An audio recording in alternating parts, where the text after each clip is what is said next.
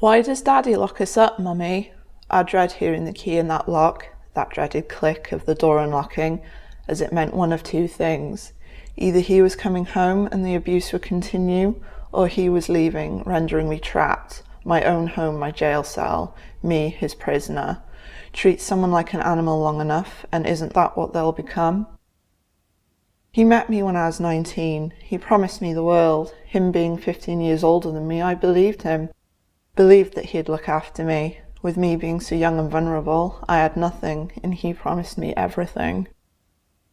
Things were good for a while. Bliss, people would say, up until the age of 20, and I'm sat in the maternity ward nursing my newborn daughter. He walks in. "Daddy's here," I'd say to our baby.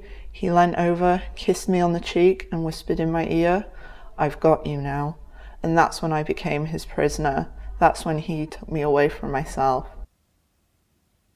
I was diagnosed with bipolar disorder. He knew how to play me. The mind games and manipulation was endless. "No one will believe a mental case like you," he'd sneer, if I ever tried to leave or defend myself. "I'll have you sectioned. You'll never see the kids again," he'd constantly threaten. 6 years under his rule, locked in the bedroom with my daughters, while he messed around with other women in my house, the other side of the locked door. I had no money, no possessions. He sold all that meant anything to me, family heirlooms and the like, to feed his alcoholism. Emptied mine and my children's savings account to fund his extravagant nights out with friends, all while my daughters and I remained locked away like animals.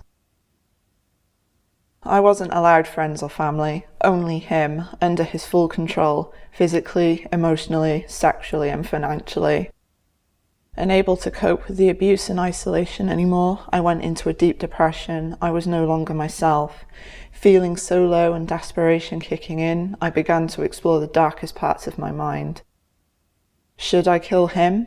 Kill myself? An overwhelming knot of negative thoughts all tangled in my mind. But what about my girls? What would happen to them? I felt so awful for thinking these things. One day, while he was taking his drunken friends home after a heavy alcohol-filled night out, he forgot to lock the door.